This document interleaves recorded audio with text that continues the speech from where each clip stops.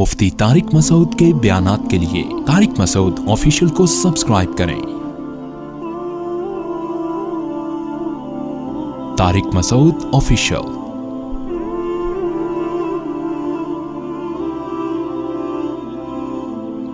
نوح علیہ السلام کے بعد جو مشہور پیغمبر آئے نا، تو وہ تھے ہود علیہ السلام اور صالح علیہ السلام، جن کا پچھلے یعنی اس صورت میں پیغمبروں کے واقعات ترتیب سے بیان کیے جا رہے ہیں۔ تو ہود علیہ السلام اور صالح علیہ السلام کے بعد دور آتا ہے ابراہیم علیہ السلام کا، تو اس میں لوط علیہ السلام کا واقعہ اللہ نے بیان کیا۔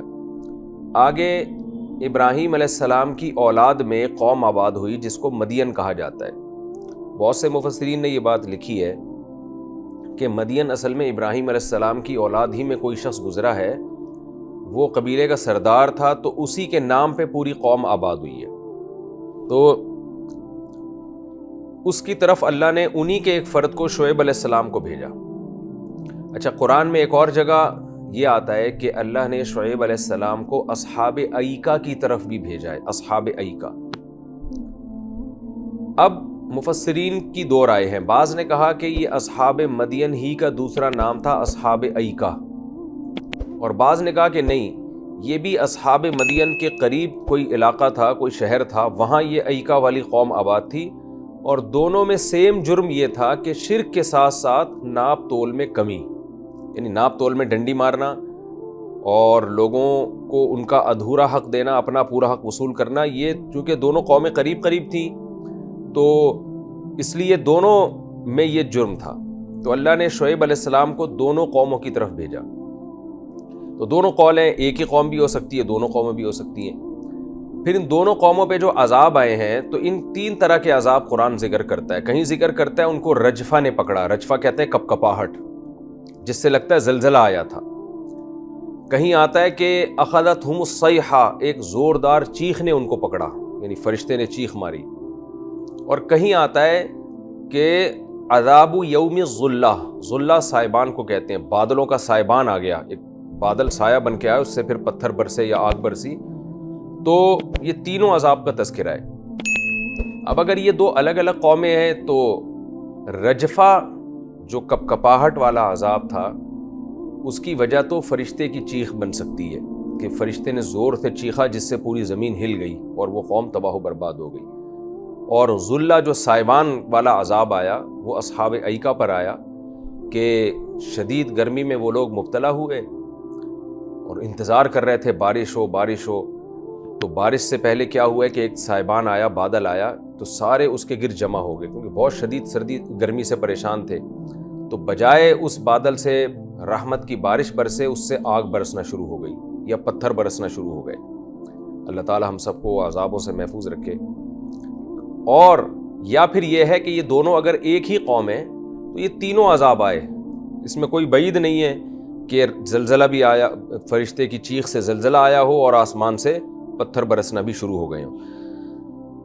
تو اللہ فرماتے ہیں وَإِلَىٰ مَدْيَنَ أَخَاهُمْ شُعَيْبًا، مدین کی طرف ہم نے ان کے بھائی یعنی ان کی قوم کے فرد شعیب علیہ السلام کو بھیجا۔ قَالَ يَا قَوْمِ اعْبُدُوا اللَّهَ، شعیب علیہ السلام نے کہا ہے میری قوم اللہ کی عبادت کرو، مَا لَكُم مِّنْ إِلَٰهٍ غَيْرُهُ، نہیں ہے تمہارے لیے کوئی معبود اس اللہ کے سوا۔ ظاہر ایسا ہی لگتا ہے کہ اصحاب ایکہ جو ہے نا یہ الگ قوم تھی اور مدین الگ قوم تھی، لیکن چونکہ دونوں قومیں قریب قریب ان کے شہر آباد تھے تو اور یہ برائی وہاں بھی جا چکی تھی، ناپ تول میں کمی کی۔ بظاہر ایسا لگتا ہے قرآن کا اگر ہم دیکھتے ہیں دونوں قوموں پہ الگ الگ عذاب آئے ہیں۔ یا قوم اعبدوا اللہ ما لکم من الہ غیرہ، اے میری قوم اللہ کی عبادت کرو، اس کے سوا کوئی معبود نہیں ہے۔ قد جاءتکم بینۃ من ربکم، تحقیق تمہارے پاس تمہارے رب کی طرف سے واضح دلیل آ چکی ہے۔ فأوفوا الکیل والمیزان، وہ دلیل کیا ہے؟ کوئی معجزہ ہوگا جو اللہ نے شعیب علیہ السلام کو دیا ہوگا۔ فأوفوا الکیل والمیزان، لہذا کیل میں اور میزان ترازو میں اور ناپ تول میں پورا پورا کیا کرو، اس میں لوگوں سے دھوکہ نہ کیا کرو۔ ولا تبخسوا الناس اشیاءهم، اور لوگوں کے مال میں کمی نہ کرو، جب لوگوں کو مال دینے کا ٹائم آتا ہے اس میں ڈنڈی نہ مارا کرو، پورا حق دیا کرو۔ ولا تفسدوا فی الارض بعد اصلاحها، اور جب زمین میں اصلاح ہو چکی ہے تو فساد نہ پھیلاؤ. یعنی پچھلے پیغمبر دنیا میں آئے, انہوں نے زمین میں اصلاح کا کام کیا اور ایک معاشرے میں سدھار پیدا ہو گیا, لوگ ایک دوسرے کے حقوق ادا کر رہے ہیں. اب تم ایک نئی بدعت لا کے ڈنڈی مارنا, یعنی اس سے معلوم ہوتا ہے کہ اس سے پہلے اس قوم میں یہ برائی نہیں تھی. ہر آدمی لوگوں کو پورا حق دیا کرتا تھا. جیسے لوط علیہ السلام کی قوم میں جو لڑکوں سے بدفعلی کی بیماری تھی وہ ان کے آباء و اجداد میں نہیں تھی. تو اسی طرح اس سے یہ پتہ چل رہا ہے کہ زمین میں جب اصلاح ہو چکی ہے, لوگ ایک دوسرے کے حقوق ادا کر رہے ہیں, تو تم زمین میں ایک نئے جرم کو پروموٹ کر کے فساد کیوں پھیلا رہے ہو؟ کیونکہ لوگ نا ایک دوسرے سے جرم سیکھتے ہیں. ایک آدمی ڈنڈی مار رہا ہے, دوسرا اس کو دیکھ کے وہ بھی اسی طرح بن جاتا ہے. ایک آدمی تجارت میں جھوٹ بول رہا ہے, دوسرے تاجر اس کو دیکھ کے وہ بھی جھوٹ سیکھ لیتے ہیں. تو جب معاشرے میں جھوٹ نہیں رائج ہے اور لوگ ایک دوسرے کے حقوق ادا کر رہے ہیں, معاشرے کا سدھار ہو چکا ہے, تو تم اس کو خراب کرنے کی کوشش کیوں کر رہے ہو؟ ذالکم خیر لکم ان کنتم مؤمنین, یہ تمہارے لیے بہتر ہے. یعنی ناپ تول میں کمی نہ کرنا اور معاشرے میں فساد نہ پھیلانا, یہ تمہارے لیے بہتر ہے اگر تم مومن ہو. بہتر یعنی دنیا کے لحاظ سے بھی اور آخرت کے لحاظ سے بھی. آخرت کے لحاظ سے تو بہتر ہے ہی, سب جانتے ہیں اس پہ اجر ملے گا. دنیا کے لحاظ سے اس لیے بہتر ہے کہ تم تجارت میں 2 نمبری کر کے وقتی فائدہ اٹھا سکتے ہو, لیکن ظاہر ہے لوگوں کو تم پر اعتماد ختم ہوگا اور نتیجے کے لحاظ سے تمہارا بزنس, تمہاری تجارتیں تباہ و برباد ہو جائیں گی. تو دنیا اور آخرت کے لحاظ سے بہتری اسی میں ہے کہ ایمانداری کے ساتھ لوگوں کے ساتھ کاروبار کیا کرو. وَلَا تَقْعُدُوا بِكُلِّ صِرَاطٍ, اور ہر طرح کے راستوں پہ مت بیٹھا کرو. تُوعِدُونَ, لوگوں کو ڈرانے کے لیے. وَتَصُدُّونَ عَن سَبِيلِ اللَّهِ, اور تم لوگوں کو اللہ کے راستے سے روکتے ہو. مَنْ آمَنَ بِهِ, جو اللہ کے راستے پر ایمان لے آیا. تو جو لوگ بھی شعیب علیہ السلام پر ایمان لے کر آئے تھے نا, تو یہ اوباش لوگ سڑکوں پہ بیٹھ جاتے تھے, ہر گزرتے ہوئے آدمی کو پوچھتے کہ تو کہیں ایمان تو نہیں لے آیا شعیب پر. وہ کہتا لے آیا, تو اس کو ڈراتے بھی تھے ہم نقصان پہنچائیں گے, اور پھر ڈرانے کے ساتھ ساتھ اس میں عیب تلاش کرتے اللہ کے راستے میں. یعنی شعیب علیہ السلام کی تعلیمات میں کجی تلاش کرتے. ایک ہوتا ہے آپ کو کسی مذہب پہ کوئی واقعی اعتراض ہو, وہ تو ہو سکتا ہے اس کا, جیسے صحابہ بھی نبی صلی اللہ علیہ وسلم سے سوالات پوچھا کرتے تھے, اشکالات پوچھا کرتے تھے, نبی صلی اللہ علیہ وسلم اس کا جواب دیتے. آج بھی لوگ علماء سے اعتراضات کے بارے میں پوچھتے ہیں کہ بھئی یہ قرآن کی تعلیمات ہیں, اس پہ تو یہ اشکال ہوتا ہے, تو علماء جواب دیتے ہیں جی اس کا یہ جواب ہے. تو اللہ کے راستے میں کوئی اشکالات ہو رہے ہوں کسی کو, ان اشکالات کو کلیئر کرنا یہ تو کوئی غلط نہیں ہے, بلکہ یہ تو علم سیکھنے کا ایک ذریعہ ہے. لیکن ایک ہوتا ہے کھود کریت کر کے سوچ کے عیب تلاش کرنا. یعنی آپ کا مشن ہی یہی ہو کہ آپ نے سیدھے راستے کو غلط قرار دینا ہے, اور اس کے لیے اب آپ ہر چیز میں کجی تلاش کرنے میں لگے ہوئے. اس سے کیا ہوتا ہے, جب آپ تکلف کر کے عیب تلاش کرتے ہیں تو اچھی چیز بھی آپ کو غلط معلوم ہونے لگتی ہے. کہتے ہیں نا, اگر آپ کسی کے پیچھے پڑ جائیں تو اچھے بھلے آدمی کو رسوا کر سکتے ہیں آپ, اس کی ہر اچھی بات میں غلط مطلب نکال لیں گے. اور اگر آپ عقیدت کا اندھا چشمہ لگا لیں, یعنی اندھی عقیدت کا آپ چشمہ لگا لیں, اور اس کا نقصان کیا ہوتا ہے کہ آپ کو ہر اچھائی میں بھی, ہر برائی میں بھی اچھائی نظر آنا شروع ہو جاتی ہے. تو یہ دونوں افراط و تفریط سے ہٹ کر چیزیں. اس لیے قرآن یہ کہہ رہا ہے کہ اللہ کے راستے میں کھود کریت کر کے عیب تلاش مت کرو. بالکل ایسے ہی جیسے آج کل ایتھیسٹ اور اسلام معترضین کر رہے ہوتے ہیں کہ خام خامے کھینچا تانی کر کے نا. کچھ دن پہلے ایک ملحد کی میں بات سن رہا تھا, اس نے کہا کہ حضرت ابو ذر غفاری رضی اللہ تعالیٰ عنہ کی حدیث پیش کی اس نے, کہ انہوں نے رسول اللہ صلی اللہ علیہ وسلم سے پوچھا کہ یا رسول اللہ, کیا مومن جنت میں داخل ہوگا؟ آپ نے فرمایا ہاں ہوگا. حضرت ابو ذر غفاری نے عرض کیا یا رسول اللہ, اگرچہ وہ زنا کرے چوری کرے پھر بھی داخل ہوگا؟ آپ نے فرمایا ہاں پھر بھی داخل ہوگا. پھر حضرت ابو ذر غفاری نے دوبارہ پوچھا یا رسول اللہ وَإِن زنا وَإِن سرق, چوری کرے زنا کرے پھر بھی؟ آپ نے فرمایا ہاں چوری کرے زنا کرے پھر بھی. تیسری دفعہ حضرت ابو ذر غفاری نے پوچھا, آپ نے فرمایا ہاں پھر بھی. وَإِن رَغِمَ أَنْفُ أَبِي ذر, اگرچہ ابو ذر کی ناک خاک آلودہ ہو جائے.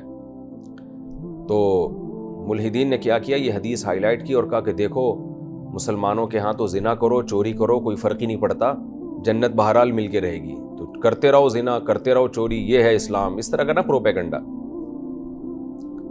تو حالانکہ اس حدیث کو آپ دوسری حدیثوں سے ملائیں، خود ابو ذر غفاری کے عمل سے ملائیں، کیا یہ حدیث سننے کے بعد حضرت ابو ذر غفاری نے خود کبھی معاذ اللہ زنا کیا؟ کیا کبھی چوری کی؟ تو اس حدیث میں تو یہ بیان کیا جا رہا ہے کہ زنا کرے یا چوری کرے تو سزا اس کو ملے گی، دوسری حدیثوں میں وضاحت کے ساتھ یہ مضمون ہے، لیکن یہ جرم ایسا نہیں ہے کہ جس کی وجہ سے وہ ہمیشہ جہنم کی آگ میں جلے۔ ہمیشہ جہنم میں صرف وہ جلے گا جو خدا کا منکر ہے، خدا کا مشرک ہے، اللہ کے ساتھ شرک کرتا ہے۔ اس کا یہ مطلب نہیں ہے کہ اسلام زنا کو پروموٹ کر رہا ہے اور چوری کو پروموٹ کر رہا ہے۔ تو کیا ان معترضین نے، اعتراض کرنے والوں نے قرآن کی وہ آیتیں نہیں پڑھی ہیں جس میں آتا ہے کہ جو چوری کرے اس کا ہاتھ کاٹ ڈالو، جو زنا کرے اس کو 100 کوڑے مارو چوک میں؟ تو اتنی واضح بات ہے کہ اسلام زنا کو پسند نہیں کرتا۔ لا تقربوا الزنا، قرآن کہہ رہا ہے کہ زنا کے قریب بھی مت پھٹکو۔ تو کسی کی بات کا وہ مطلب لیا جائے گا نا جو وہ خود چاہتا ہے کہ میری بات کا یہ مفہوم مراد لیا جائے۔ تو یہ ہے کجی تلاش کرنا کہ آپ ایک صحیح مطلب نکال سکتے تھے اور اس مطلب کی دلیل بھی ہے، لیکن آپ اس صحیح مطلب کو چھوڑ کر آپ اپنی دشمنی نکال رہے ہیں کسی کے خلاف اور جان جان کر اس کے غلط مفہوم لوگوں کے سامنے پیش کر رہے ہیں۔ تو یہ کام ہر امت میں ہوا ہے کہ جو بھی اللہ کے راستے سے روکنے والے لوگ تھے وہ اس میں عیب تلاش کرنے میں لگے رہتے تھے۔ یہ کام شعیب علیہ السلام کی قوم بھی کرتی تھی کہ وَتَصُدُّونَ عَن سَبِيلِ اللَّهِ مَنْ آمَنَ بِهِ وَتَبْغُونَهَا عِوَجًا، کہ تم اللہ کے راستے سے ان لوگوں کو روکتے ہو جو ایمان لے آئے اور سیدھے راستے میں عیب تلاش کرتے ہو۔ وَاذْكُرُوا إِذْ كُنْتُمْ قَلِيلًا، اس وقت کو بھی یاد کرو جب تم تھوڑے تھے، فَكَثَّرَكُمْ، اللہ نے تمہیں بڑھا دیا، یعنی تمہاری آبادی کم تھی، اللہ نے تمہیں خوب اولادیں دی جس کی وجہ سے تمہاری نسل بڑھ گئی، تمہاری آبادی زیادہ ہو گئی۔ تو یہ بھی اللہ کی ایک نعمت ہے کہ کسی قوم کو اللہ زیادہ اولاد دیں اور وہ قوم سیاسی سطح پہ مضبوط ہو جائے، عسکری لحاظ سے مضبوط ہو جائے۔ تو شعیب علیہ السلام کی جو قوم تھی، پہلے یہ لوگ بہت تھوڑے تھے، نسل ان کی بہت تیزی سے بڑھی ہے جس کی وجہ سے یہ قوم بہت طاقتور ہو گئی۔ جب طاقتور ہو گئی تو ان میں کاروبار بھی بڑھا، مالی لحاظ سے بھی مالدار ہو گئے یہ، اور پھر عسکری لحاظ سے مضبوط ہو گئے۔ تو یہ اللہ کی نعمت ہے۔ وانظروا، اور دیکھو، کیف کان عاقبۃ المفسدین، یعنی اللہ کی نعمت کو یاد کرو۔ وہ نعمت کیا ہے؟ اللہ نے تمہاری آبادی بڑھا دی، اور عذاب کو بھی یاد کرو۔ وانظروا کیف کان عاقبۃ المفسدین، دیکھو فساد والوں کا انجام کیسا ہوا۔ پچھلی امتوں کے واقعات تمہارے سامنے، قوم عاد کے ساتھ کیا ہوا، قوم سمود کے ساتھ کیا ہوا، قوم لوط کے ساتھ کیا ہوا، یہ سب واقعات تمہیں معلوم ہے۔ تو دیکھو فساد مچانے والے جو زمین میں تھے ان کا انجام کیسا ہوا، ان کے انجام سے عبرت حاصل کرو۔ آگے شعیب علیہ السلام نے فرمایا وَإِن كَانَ طَائِفَةٌ مِّنكُمْ آمَنُوا بِالَّذِي أُرْسِلْتُ بِهِ، اصل میں قوم یہ کہا کرتی تھی کہ اے شعیب، جو لوگ آپ پر ایمان لے کر آئے ہیں انہیں تو کوئی فائدہ نہیں ہوا، ہمیں تو نظر نہیں آ رہا کہ انہیں کوئی فائدہ ہوا ہو، اور جو ایمان نہیں لائے انہیں کوئی نقصان بھی نہیں ہو رہا، نہ کوئی عذاب آ رہا ہے۔ تو یہ تو اس کا مطلب کوئی فرق نہیں پڑتا ہم ایمان لے کر آئیں یا نہ لے کر آئیں۔ تو اس کا جواب شعیب علیہ السلام دے رہے ہیں کہ دیکھو، اگر ایک جماعت ایسی ہے جو ایمان لے آئی بالذی ارسلت بہ، اس تعلیم پر جو میں لے کر آیا ہوں، وطائفۃ لم یؤمنوا، اور ایک جماعت ایسی ہے جو ایمان نہیں لے کر آئی، تو فاصبروا، تو اس بارے میں صبر کرو، حتی یحکم اللہ بیننا، یہاں تک کہ اللہ ہمارے درمیان فیصلہ کر دے، یعنی اللہ عمل سے فیصلہ کر دے گا۔ ایک فیصلہ تو اللہ نے ابھی کیا ہے وحی کے ذریعے کہ صحیح کون ہے غلط کون ہے، لیکن اس فیصلے کو تم نہیں مان رہے، تو ایک فیصلہ اللہ پریکٹیکلی کر کے دکھائے گا۔ وہ فیصلہ یہ ہوگا کہ جو ایمان نہیں لائے ان کو برباد کر دے گا، اور جو لائے ہیں ان کو بچا لے گا۔ تو یہ ابھی اگر نہیں فیصلہ ہو رہا تو یہ مطلب نہیں ہے کہ فیوچر میں بھی نہیں ہوگا، ابھی آزمائش ہے اللہ کی طرف سے، اللہ تمہیں آزما رہا ہے، اس آزمائش کی وجہ سے ابھی اللہ عذاب نہیں دے رہا، تو صبر کر لو، وہ بھی آ جائے گا عذاب بھی۔ وَهُوَ خَيْرُ الْحَاكِمِينَ، اور وہ بہترین فیصلہ کرنے والا ہے۔ جب شعیب علیہ السلام کی طرف سے یہ دھمکی سنی قوم کے سرداروں نے اور سب لوگوں نے کہ اللہ تعالیٰ ضرور فیصلہ کرے گا، نیک لوگوں کو بچائے گا، بروں کو ہلاک کرے گا، تو قوم کے سرداروں کو خیال ہوا کہ شاید اب جو نچلے طبقے کے لوگ ہیں کہیں ایسا نہ ہو کہ اس دھمکی کے بعد وہ ایمان لے آئیں۔ تو وہ کہنے لگے قال الملأ الذین استکبروا من قومہ، قوم کے جو بڑے لوگ تھے، جو متکبر تھے شعیب علیہ السلام کی قوم میں، وہ کہنے لگے لَنُخْرِجَنَّكَ يَا شُعَيْب، ہم تجھے ضرور بالضرور نکال دیں گے اے شعیب، وَالَّذِينَ آمَنُوا مَعَكَ مِن قَرْيَتِنَا، اور جو لوگ تیرے ساتھ ایمان لائے ہم ان سب کو اپنی بستی سے نکال دیں گے۔ یعنی اللہ کا عذاب جس کا تو وعدہ کر رہا ہے نا، وہ تو آئے نہ آئے، ہماری طرف سے عذاب آنے والا ہے۔ وہ عذاب یہ کہ تم سب کو، آپ کو بھی اور آپ کے ساتھ جو ایمان لائے ہیں سب کو ہم اپنی بستی سے نکال دیں گے۔ اَوْ لَتَعُودُنَّ فِي مِلَّتِنَا، الا یہ کہ آپ ہماری ملت میں واپس لوٹ آئیں، وہی باپ دادا کے دین کو فالو کرنا شروع کر دیں۔ یہ جو لوٹنے کا لفظ استعمال کیا نا، تو شعیب علیہ السلام تو نہ پہلے ان کی ملت میں تھے نہ اب تھے، لیکن آگے شعیب علیہ السلام بھی کہہ رہے ہیں کہ میں تمہاری ملت میں واپس نہیں لوٹ سکتا۔ تو یہ ان کے خیال کے حساب سے، یعنی وہ تو یہی سمجھ رہے تھے کہ شعیب علیہ السلام پہلے ہماری ملت میں تھے، کیونکہ شعیب علیہ السلام پہلے تبلیغ نہیں کرتے تھے، اس سے وہ یہ سمجھ بیٹھے تھے۔ ورنہ حقیقت یہ ہے کہ پیغمبر کبھی بھی باطل ملت پہ نہیں ہوتے، وہ شرک سے ہمیشہ محفوظ رہتے ہیں۔ تو ان کے لحاظ سے، کیونکہ بظاہر ایسا ہی لگتا تھا کہ شعیب علیہ السلام پہلے اپنی قوم کے دین پر تھے، کیونکہ وہ خاموش تھے، تبلیغ نہیں کر رہے تھے، تو اس عمل سے ایسا لگتا تھا۔ تو اسی کو شعیب علیہ السلام آگے کہہ رہے ہیں کہ ہم تمہاری ملت میں نہیں لوٹیں گے، یعنی جیسے تم یہ سمجھتے تھے کہ ہم تمہاری ملت میں تھے، تو تمہارے خیال کے مطابق بھی ہم ویسا نہیں کریں گے، بلکہ ہم جس دعوت پہ قائم ہیں اسی پر قائم رہیں گے۔ تو بڑے لوگوں نے کیا دھمکی دی؟ اَوْ لَتَعُودُنَّ فِي مِلَّتِنَا، ہم آپ کو اپنی بستی سے نکال دیں گے، الا یہ کہ آپ واپس لوٹ آئیں۔ قال، شعیب علیہ السلام نے کہا، اَوَلَوْ كُنَّا كَارِهِينَ، اگرچہ ہم اس ملت کو برا سمجھیں، اگرچہ ہم تمہاری ملت کو، تمہارے دین کو برا سمجھیں دل سے، پھر بھی ہم لوٹ آئیں، یہ کیسے ممکن ہے؟ ایک چیز ہمارے دماغ میں نہیں آ رہی، یہ پتھروں کے بتوں کو پوجتے ہو، ناپ تول میں کمی کرتے ہو، یہ دو نمبریاں کرتے ہو، اس بات میں ہم کیسے لوٹ سکتے ہیں؟ یہ تو ہم برا سمجھتے ہیں دل سے اس کو۔ قد افترینا علی اللہ کذبا، تحقیق ہم نے تو جھوٹ باندھا اللہ تعالیٰ پر۔ ان عدنا فی ملتکم، اگر ہم تمہاری ملت میں واپس لوٹ آئیں۔ یہ جھوٹ باندھنے کا مطلب یہ ہے کہ اس کا مطلب ہم تو اللہ پہ معاذ اللہ جھوٹ بول رہے تھے پھر، کہ اللہ ان چیزوں کو پسند نہیں کرتا، یعنی عمل سے ہم یہ ثابت کر دیں گے کہ ہم ابھی غلط ہیں اور ہم نے اللہ پہ جھوٹ باندھا تھا، یہ مطلب ہے۔ یعنی یہ ممکن نہیں ہے، اللہ پہ جھوٹ باندھنا تو بہت بڑا جرم ہے۔ بعد اذ نجانا اللہ منہا، بعد اس کے کہ اللہ نے ہمیں اس ملت سے نجات بھی دے دی ہو۔ یعنی اللہ کے احسان کا بھی تقاضا یہ ہے کہ ایک دفعہ ہدایت مل جائے تو انسان گمراہی کی طرف دوبارہ نہیں جاتا، تو یہ اللہ کی ناشکری بھی ہے اور اللہ پہ جھوٹ باندھنا بھی ہے۔ تو تم اس کو صرف اس حیثیت سے دیکھ رہے ہو کہ ایک دین چھوڑ کر دوسرے دین کو ہم اختیار کر رہے ہیں، لیکن اس کو اس دوسری حیثیت سے دیکھو کہ یہ عمل ہمارا اللہ پہ جھوٹ باندھنا کہلائے گا اور اللہ کی بہت بڑی ناشکری کہلائے گی، تو اس کی سزا ہمیں اللہ تعالیٰ دے گا۔ وما یکون لنا ان نعود فیہا، اور پھر حضرت شعیب علیہ السلام نے ببانگ دہلی اعلان کر دیا، وما یکون لنا، یہ چیز ہے ہی نہیں ہمارے لیے۔ دیکھیں، ایک تو یہ کہہ دیتے نا شعیب علیہ السلام، ما نعود فیہا، ہم اس ملت میں لوٹیں گے نہیں، اس میں زیادہ مبالغہ نہیں تھا، بلکہ شعیب علیہ السلام نے کیا فرمایا؟ وما یکون، نہیں ہوگی یہ بات، لنا ہمارے لیے، ان نعود فیہا، کہ ہم اس ملت میں لوٹیں، یعنی یہ پاسبل ہی نہیں ہے، یہ بات ہی دماغ سے نکال دو کہ ہم تمہارے باپ دادا کے دین کی طرف لوٹیں، الا ان یشاء اللہ ربنا، الا یہ کہ ہمارا رب ہی چاہے۔ یعنی خدا اگر ہمارے دل پہ معاذ اللہ مہر لگا دے ہمارے کسی گناہ کے سبب، کسی غلطی کے سبب، اور ہمارا دل سیاہ ہو جائے اور اللہ زبردستی ہمیں گمراہی کی طرف گھسیٹ لے تو پاسبل ہے، ورنہ یہ ممکن نہیں ہے کہ ہم اپنے اختیار سے چلے جائیں۔ تو ظاہر ہے اللہ ایسا کرتا نہیں ہے، زبردستی کسی کو گمراہ نہیں کرتا۔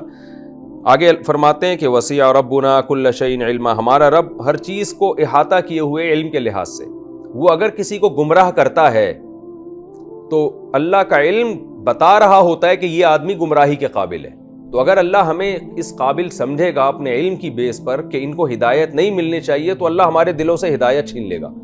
لیکن اگر اللہ زبردستی ہمیں گمراہ نہ کرے تو پھر یہ دماغ سے نکال دو کہ ہم اپنے اختیار سے گمراہی کی طرف آئیں، یہ ممکن نہیں ہے۔ علی اللہ توکلنا، رہا تمہاری دھمکیوں کا مسئلہ کہ ہم تمہیں بستی سے نکال دیں گے، ماریں گے، یہ کریں گے، تو ہم اللہ پر اعتماد کرتے ہیں۔ ربنا افتح بیننا وبین قومنا بالحق، لیکن شعیب علیہ السلام جب قوم کی دھمکی، یہ دیکھیں قرآن جو ہے نا واقعات کو بہت مختصر بیان کرتا ہے، پتہ نہیں کتنی لمبا کلام ہوا ہو، کتنے سال شعیب علیہ السلام اپنی قوم سے الجھتے رہے ہوں اور قوم جواب دیتی رہی ہو، لیکن قرآن بعض دفعہ صدیوں کے واقعات، سالوں کے واقعات کو مختصر طور پہ بیان کرتا ہے۔ تو کتنا صبر کیا ہوگا شعیب علیہ السلام نے۔ بالآخر جب قوم انتہا کو پہنچ گئی تو شعیب علیہ السلام نے اللہ سے دعا مانگی، ربنا افتح بیننا وبین قومنا بالحق، اے اللہ ہمارے اور ہماری قوم کے درمیان حق کے ساتھ فیصلہ کر دے۔ ایک فیصلہ تو وہ ہے جو تو وحی کے ذریعے کر رہا ہے، وہ بھی ٹھیک ہے، لیکن ایک فیصلہ جس سے دودھ کا دودھ پانی کا پانی ہو جائے۔ کیا مطلب؟ اس میں اشارہ دے دیا کہ اللہ تو نافرمانوں پہ عذاب بھیج دے، کیونکہ یہ قوم ہدایت لانے والی نہیں ہے سوائے ان چند لوگوں کے جو میرے ساتھ ایمان لائے ہیں، تو اب تو فیصلہ کر دے۔ وَأَنْتَ خَيْرُ الْفَاتِحِينَ، اور تو بہتر فیصلہ کرنے والا ہے۔ تو شعیب علیہ السلام صاف لفظوں میں بد دعا نہیں کر رہے اور صاف لفظوں میں یہ نہیں کہہ رہے کہ آسمان سے عذاب بھیج دے، لیکن اشارہ اسی طرف تھا کہ اللہ ہم اس قوم سے تنگ آ چکے ہیں، ان کی ہٹ دھرمی ضد حد سے زیادہ بڑھ چکی ہے، ہر بات کا ان کے پاس الٹا جواب موجود ہے۔ ہم کوئی دھمکی دیتے ہیں تو الٹا یہ آگے سے دھمکی دینا شروع کر دیتے ہیں اور ستانے کی پوری کوشش میں لگے ہوئے ہیں، اس میں عیب تلاش کر رہے ہیں۔ تو اب تو حقیقی فیصلہ کر دے، تو بہترین فیصلہ کرنے والا ہے۔ تو جب شعیب علیہ السلام نے یہ بد دعا مانگی کہ اللہ تو اب فیصلہ کر دے، تو پھر قوم کے کافروں کو ڈر یہ ہوا کہ یہ جو غریب اور ماتحت لوگ جو ابھی تک کافر ہیں، ایسا نہ ہو کہ شعیب علیہ السلام کی اس بد دعا سے ڈر کے یہ ایمان لے آئیں، تو پھر وہ اپنی ماتحت قوم سے کیا کہنے لگے؟ وقال الملأ الذین کفروا من قومہ، کہا سرداروں نے، وہ سردار جو شعیب علیہ السلام کی قوم میں کافر تھے، وہ کیا کہنے لگے؟ لئن اتبعتم شعیبا، اے لوگو اگر تم نے شعیب کی اتباع کر دی، یعنی اس بد دعا کو سننے کے بعد اگر تم نے شعیب کو فالو کرنا شروع کر دیا، انکم اذا لخاسرون، تو تحقیق تم اگر ایسا ہوا تو خسارے والوں میں سے ہو جاؤ گے۔ اگر ایسا ہوا تم نے اس بد دعا کو سننے کے بعد ماتحت لوگوں سے کہہ رہے ہیں، غریبوں سے، کہ تم نے شعیب کی بات مان لی نا تو تم برباد ہو جاؤ گے۔ اللہ فرماتے ہیں فَأَخَذَتْهُمُ الرَّجْفَةُ، اس قوم کو ایک کپکپاہٹ نے، زلزلے نے پکڑ لیا۔ فَأَصْبَحُوا فِي دَارِهِمْ جَاثِمِينَ، اور یہ سارے صبح ایسے ہو گئے اپنے گھروں میں اوندھے منہ پڑے ہوئے، سب کی لاشیں پڑی ہوئی تھی، بکھری ہوئی تھیں۔ الَّذِينَ كَذَّبُوا شُعَيْبًا، وہ لوگ جنہوں نے شعیب کا انکار کیا۔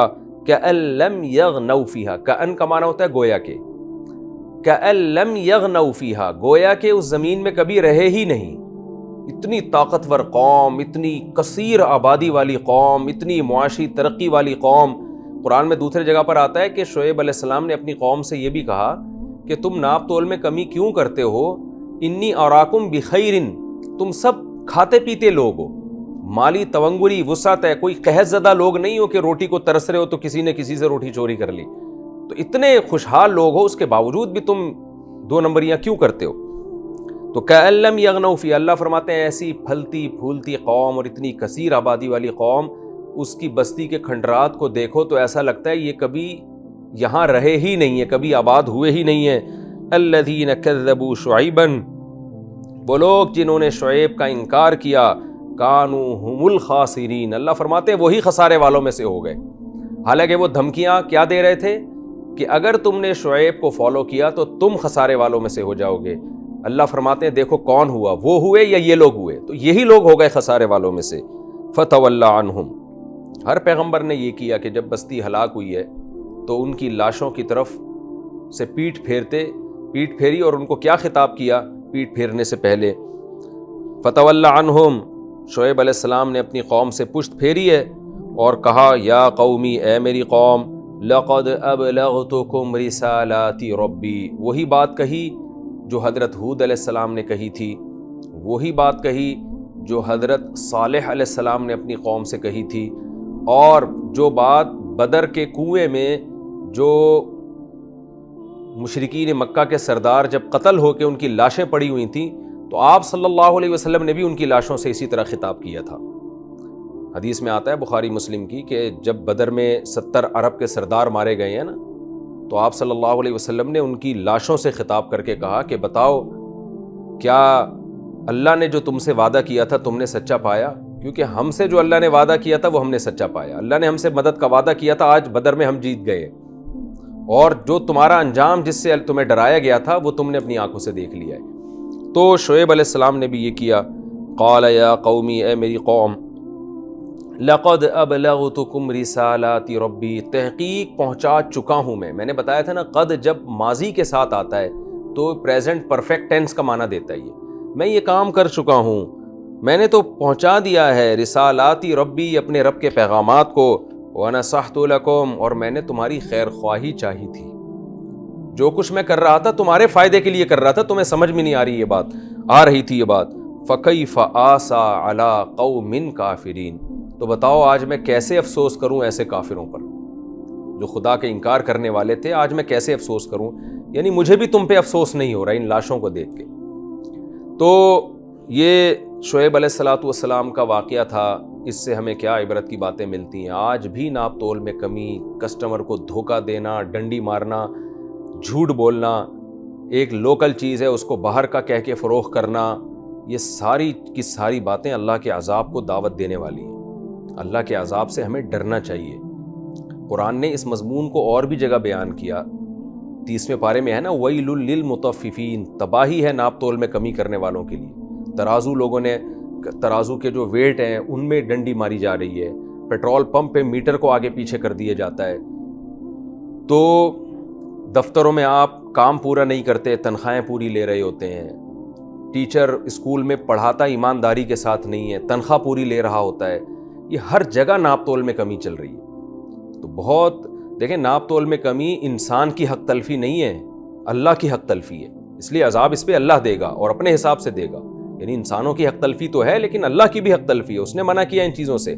سورہ رحمان میں اللہ نے فرمایا نا کہ وَوَضَعَ الْمِيزَانَ اللہ تَطْغَوْا فِي الْمِيزَانِ، اللہ نے ترازو دنیا میں قائم کیوں کیا ہے؟ کہ تم انصاف کر سکو. تو انصاف کے ترازو کا مطلب انصاف کے پیمانے. تو اللہ نے بہت قسم کے پیمانے ہیں انصاف کے جو زمین میں قائم کیے. وہ پیمانے اور وہ معیارات، وہ اسکیلز اسی وجہ سے ہیں کہ لوگ ایک دوسرے پر ظلم اور زیادتی نہ کر سکیں. اسی کا سورہ رحمان میں ہے وَوَضَعَ الْمِيزَانَ أَلَّا تَطْغَوْا فِي الْمِيزَانِ وَأَقِيمُوا الْوَزْنَ بِالْقِسْطِ وَلَا تُخْسِرُوا الْمِيزَانَ. تو یہاں بھی ہمیں جو اصل سبق ملتا ہے شرک کے برائی ہونے کے ساتھ ساتھ ناپ تول میں کمی.